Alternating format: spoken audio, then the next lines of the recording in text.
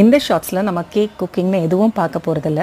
உங்களுக்கு எல்லாம் நன்றி சொல்கிறதுக்காக இந்த பதிவை நான் பயன்படுத்திக்கிறேன். நம்ம area digital super star award அப்படின்னு சொல்லி ஒரு அவார்ட் செரமனியை கிராண்ட் யூனிவர்ஸ் புக் ஆஃப் ரெக்கார்ட்ஸும் மை ஸ்க்ரீன் மீடியாங்கிற நிறுவனமும் சேர்ந்து ஆர்கனைஸ் பண்ணியிருந்தாங்க.